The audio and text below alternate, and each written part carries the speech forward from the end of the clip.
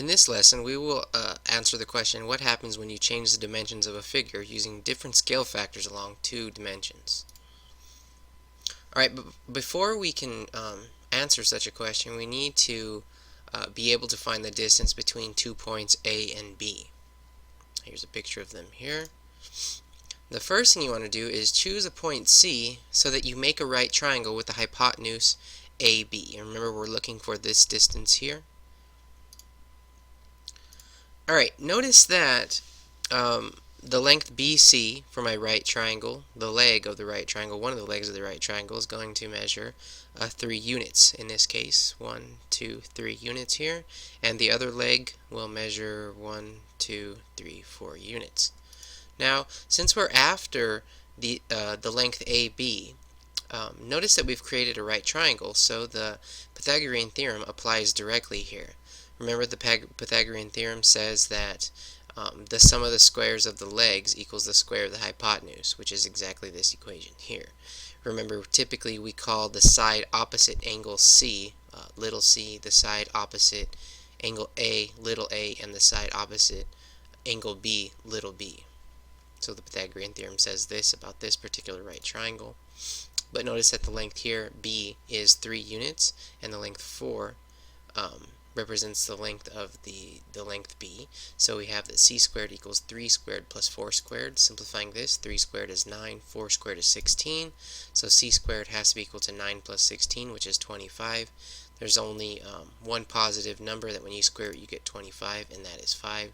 So the length from A to B is 5. So basically what we've done here is we started with asking ourselves, okay, what's the length of the distance, or what's the distance AB, and we found it using the Pythagorean theorem by drawing in a right triangle. Now this can be, strategy can be used generally with any 2 points A and B. So let's call our point A, let's say it has coordinates x1, y1, and the point B, let it have coordinates x2, y2. Then notice that the distance here, BC, or the leg of this right triangle, is going to be represented by the difference in the y-coordinates between B and A. This distance here is just the difference in the y-coordinates. Whereas this distance here represents the difference in the x-coordinates of A and B. So in symbols, the length A, the leg opposite angle A, has a length y2 minus y1, the difference in y-coordinates.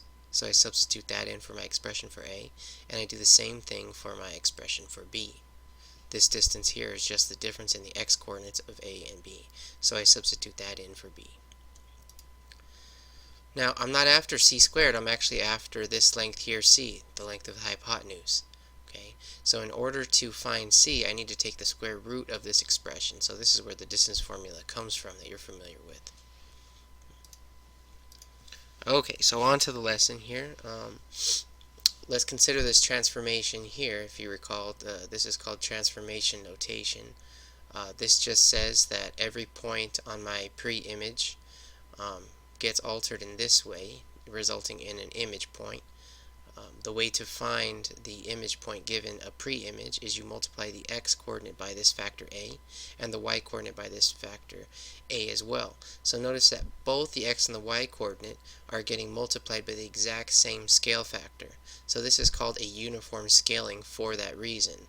The point xy is getting stretched out in the x direction just as it is in the y direction. So this is called a uniform scaling. Now, if you have where these two factors are actually different, so A and B are different, it's going to have a different effect on the pre-image. So this is called a non-uniform scaling because notice the factors here A and B are different. So we have a uniform scaling in which the multiplying factors are the same, and here where they're different, we're going to see what effect a transformation like this will have on a polygon in the coordinate plane. Alright, so these points A, B, C, and D are vertices of a kite. So these here, A, B, C, and D, represent, once you plot them, they'll represent a kite. The polygon will be a kite. So let's consider the transformation with the rule given here. Notice that this is a non-uniform scaling, since this multiplication factor here is different from this factor here. So what we're going to do is we're going to say, okay, what does this kite look like after we transform it using this rule here?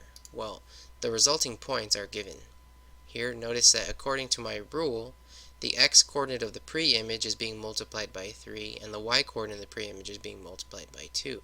So 0 times 3 is 0, 2 times 2 is 4.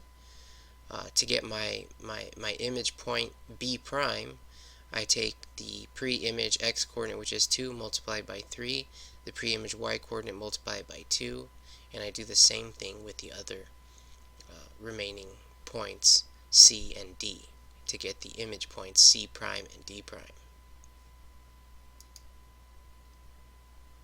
Okay, so once I have these image points, I can plot the pre-image and image on the same coordinate axis to get a visual idea of what exactly is going on. Okay, so notice that this kite, not only does it get stretched in the horizontal direction, but it also gets stretched in the vertical direction.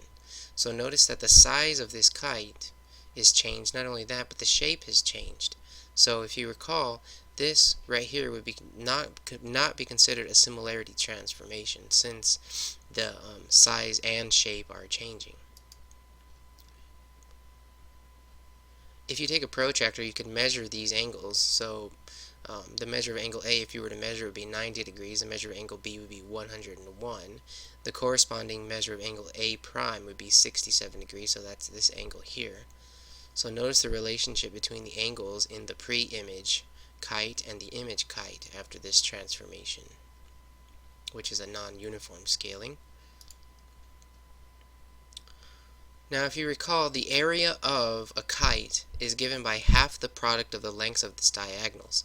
So here's our original kite. Here are the diagonals of the kite. So if I take half the product of the lengths of its diagonals, I will get the area. So let's say I wanted to find the area of the pre-image kite ABCD. Well, notice that this diagonal measures 1, 2, 3, 4 units, and this one measures 1, 2, 3, 4, 5 units. So in order to find the area, I need to take 1/2 times 4 times 5. Well, 1/2 times 4 is 2, times that 5 is 10, so I get that the pre-image kite has an area of 10 units squared.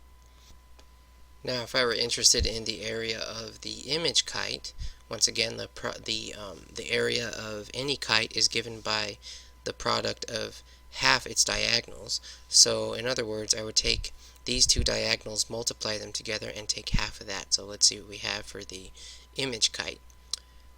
This diagonal measures 1, 2, 3, 4, 5, 6, 7, 8 units, whereas this diagonal measures 1, 2, 3, 4, 5, 6, 7, 8, 9, 10, 11, 12, 13, 14, 15 units.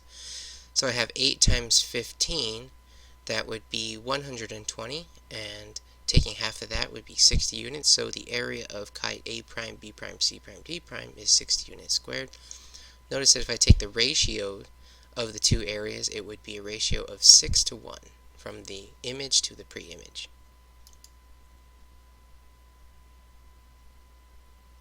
Use the data in our table to answer this question, whether the transformation that we looked at preserves angle measure. Now, write a conjecture about how the transformation that we looked at affects the area when A and B are positive numbers. In other words, remember, a conjecture is an educated guess. How do you think these non-uniform scalings change the area for any polygon in general? Okay, so this is the question that we answered for this lesson. What happens when you change the dimensions of a figure using different scale factors along two different dimensions? Well, for these transformations, the non-uniform scalings, where A and B are positive numbers, the area of the image is the area of the pre-image multiplied by a factor of A times B. So notice in our example, we had the two scale factors here were 3 and 2. So our multiplying factor for the area would be 3 times 2, which is 6. So the area of the pre-image would be 1/6 the area of the image when A and B are positive. Alright, so to summarize, explain how you would find the area of the image of a polygon under this transformation. if you know the area of the pre-image polygon.